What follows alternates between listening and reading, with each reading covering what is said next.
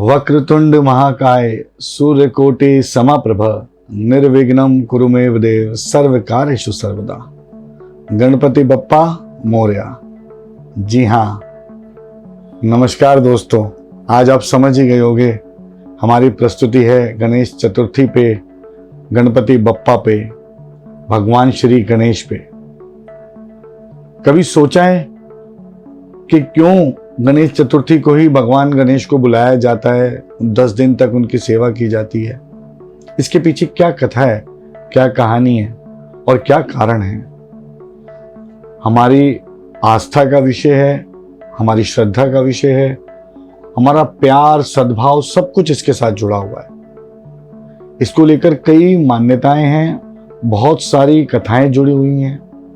आज मैं आपको कुछ ऐसी कथाओं के विषय में बताऊंगा जिनसे शायद आप परिचित हैं या ना हो, पर आपको ज़्यादा जानकारी मिलेगी।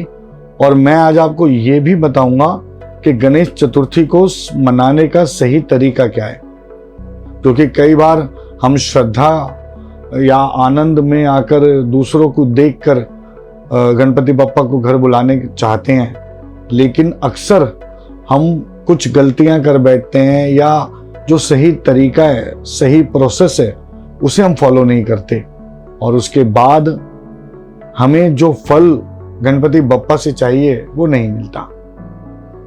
गणपति बप्पा के साथ हमारी आस्थाएं जुड़ी हुई हैं, हमारी श्रद्धा जुड़ी हुई है और बहुत सारा जुड़ा हुआ है उनसे हमारा प्यार।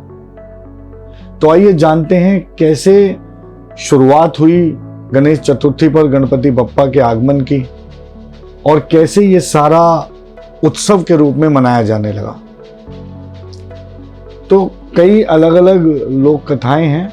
उनमें जो सबसे प्रचलित कथा है वो ये माना गया है कि जब माता पार्वती ने गणेश जी को जन्म दिया, तो जन्म कैसे दिया कि उनको वो स्नान करने जा रही थी और स्नान से पूर्व उन्होंने गणपति बप्पा की रचना की और उन्हें द्वारपाल बनाकर अपने स्नान गृह के बाहर खड़ा कर दिया और उनको ये बोला कि अगर कोई भी अंदर आए तो उसे आप रोक दें।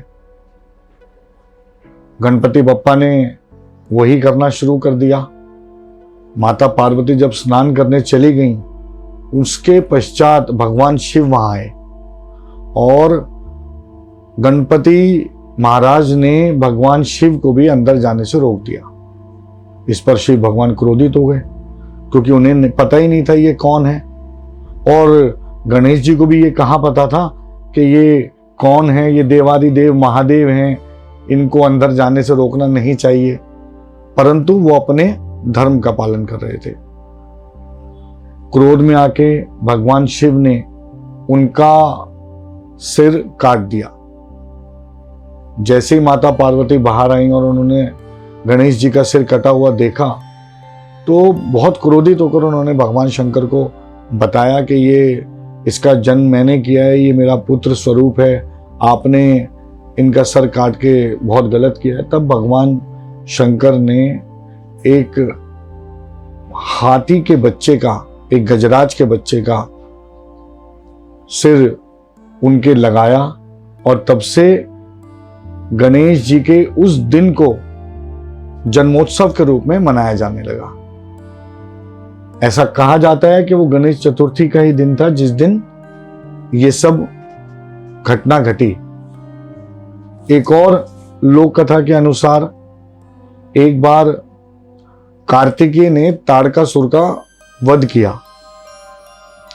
वही ताड़कासुर जिसने सभी देवताओं को परेशान कर रखा था, स्वर्ग पर उसने अपना अधिकार जमा लिया था और सभी देवता उससे बहुत ज़्यादा डर गए थे।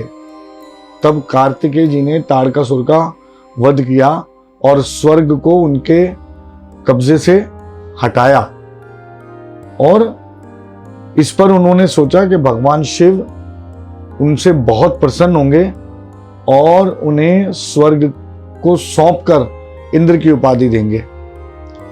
परंतु भगवान शिव ने उन्हें इंद्र की उपाधि ना देकर देवताओं का सेनापति बना दिया, जिसके फलस्वरूप कार्तिकेय जी बहुत नाराज हो गए और नाराज होकर वो वहां से दक्षिण की ओर चले गए।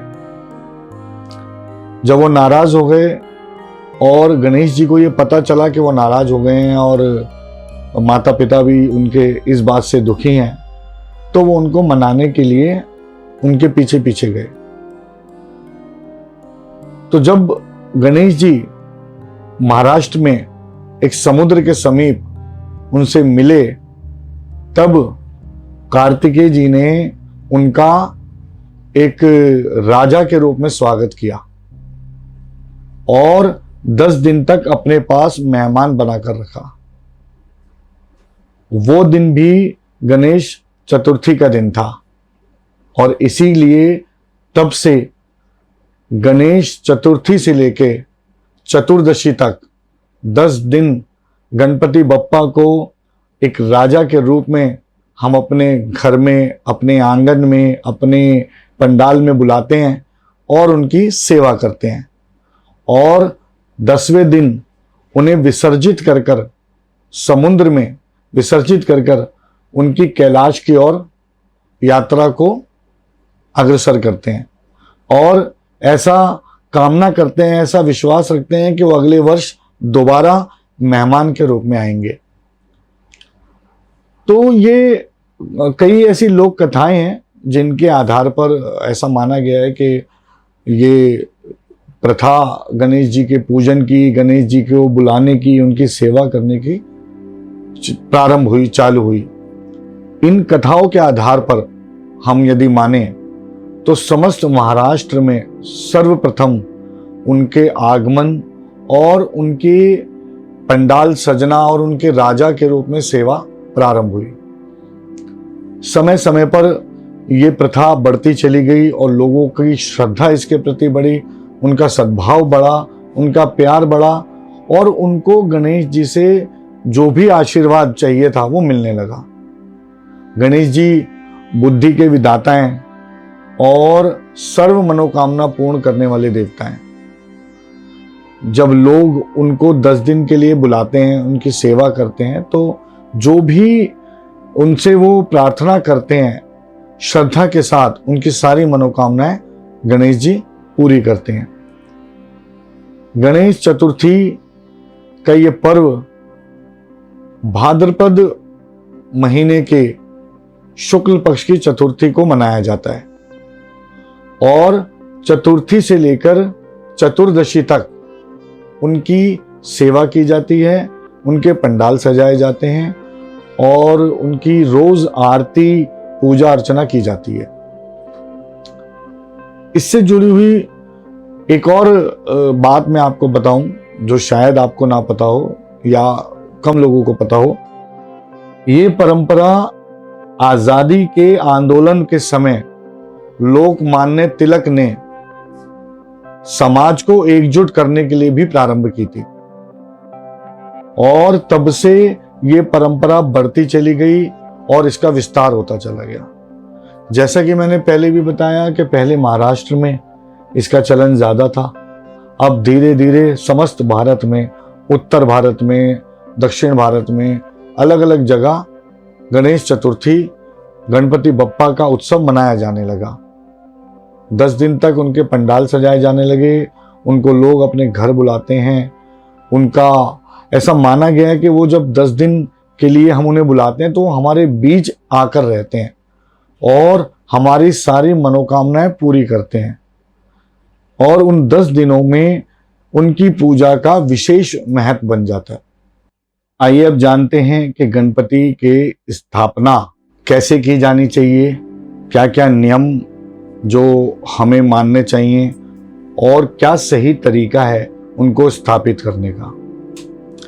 गणेश चतुर्थी के दिन आप उन्हें अपने घर लाएं और किसी भी शुभ मुहूर्त में उस दिन आप एक स्थान देखकर, सही स्थान देखकर, चाहे वो आपके घर के अंदर हो या आपके आंगन में हो या आपके गली में, मोहल्ले में, क्षेत्र में, कहीं पर भी, जहां पर भी आप उनका पंडाल बनाएं, आप कोशिश करें कि उसे उत्तर पूर्व यानी ईशान कोण की दिशा में स्थापित करें। एक लाल या पीले रंग का कपड़ा उनके नीचे रखें जहां उनका आसन बनाया जाए। मूर्ति के नीचे कुछ चावल या नवरत्न रखें जो कि उनके आसन के रूप में काम करेगा। उसके बाद मूर्ति का गंगा जल से जलाभिषेक करें।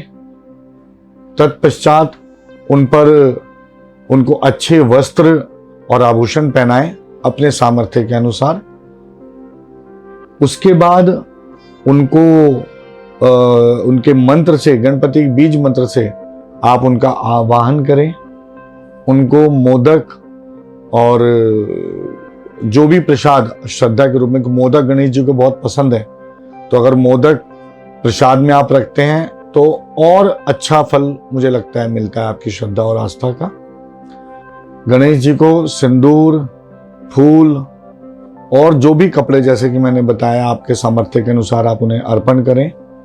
उनके आगे दीपक जलाएं और फूल चढ़ाएं, उनकी आरती करें। और रोज जब तक आप अपने घर में उन्हें विराजमान रख रहे हैं या अपने पंडाल में उन्हें विराजमान रख रहे हैं, तब तक रोज सुबह शाम उनकी आरती करें, पूजा अर्चना करें और विनम्र भाव से अपना स्वभाव रखते हुए उनसे प्रार्थना करें कि हे गणपति महाराज, हमारे सभी विघ्नों को आप दूर करें और हमारे जीवन में सुख समृद्धि लाएं, हमारे बुद्धि और विवेक को जागृत करें। जो भी मनोकामना आपके मन में है आप वो भी उनके सामने रख सकते हैं। उससे भी आपको अच्छा फल मिलेगा। और मैं हमेशा से ये कहता हूं कि श्रद्धा का विषय है, विश्वास की बात है। जितने विश्वास से आप पूजा अर्चना करेंगे उतना ज़्यादा आपको उनकी श्रद्धा और आशीर्वाद मिलेगा। विसर्जन के लिए जो मैंने बताया कि 10 दिन जो है मैक्सिमम समय रहता है, चतुर्दशी को विसर्जन करना अनिवार्य है, चतुर्दशी तक रखना, उसके बाद उससे अगले दिन विसर्जन करना चाहिए। कुछ लोग अपनी परिस्थिति के अनुसार 3 दिन के, 7 दिन के, 11 दिन के गणेश रखते हैं मैक्सिमम। तो आप इसे अपने हिसाब से भी रख सकते हैं। जिस दिन भी आपको ठीक लगे आप उचित रूप से उनका विसर्जन करें। देखें, केवल कई बार मैं ऐसा देखता हूँ, ऐसा देखने में आता है, लोग मूर्ति को ले जाते हैं किसी पुल के ऊपर से नदी में फेंक दिया या बहुत दूर से उन्हें फेंक रहे हैं। ये एक तरीके से अपमान है। आपके लिए संभव है और आपको प्रॉपर कोई घाट मिला है जहां पर आप उन्हें ले जाकर बहुत अच्छे से विसर्जित कर सकते हैं तो आप कीजिए। अन्यथा आप उनका विसर्जन अपने घर में भी कर सकते हैं। घर में कोई भी ऐसा बड़ा बर्तन या कोई पात्र आप ले लें जिसके अंदर आप जल को ऊपर तक भर लें, थोड़ा उसमें गंगा जल डाल लें और उसमें गणेश जी की मूर्ति को विसर्जित करें। और उसके बाद जो भी वो मिट्टी उसमें बच जाती है उसे आप किसी भी अच्छे पेड़ या अपने आंगन में डालकर उसमें किसी पौधे को लगा सकते हैं। तो जितने साधारण और जितने अच्छे तरीके से आप विसर्जन करते हैं उतना अच्छा ही पूजा का फल मिलता है। इसमें किसी भी तरह का शोर शराबा, हुड़दंग करने की बिल्कुल भी आवश्यकता नहीं है। ये मैं फिर कहूँगा आस्था का विषय है और इसे जितनी श्रद्धा और सद्भाव के साथ मनाया जाए उतना ही अच्छा है। तो दोस्तों, आज मैंने आपको डिटेल में ये बताया कि कैसे गणेश चतुर्थी के दिन गणपति बप्पा को बुलाया जाता है और उन 10 दिन तक उनकी पूजा अर्चना की जाती है। उसका क्या प्रोसेस है, क्या उसके नियम है और कैसे उसे करना चाहिए और इससे क्या क्या फल मिलता है।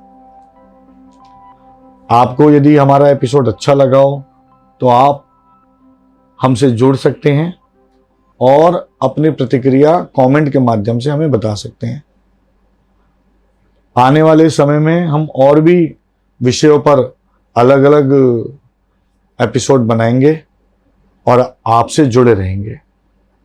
आप चैनल को सब्सक्राइब करना बिल्कुल मत भूलिए, वीडियो को लाइक ज़रूर कीजिए और ज़्यादा से ज़्यादा अपने दोस्तों के साथ इसे शेयर कीजिए। धन्यवाद।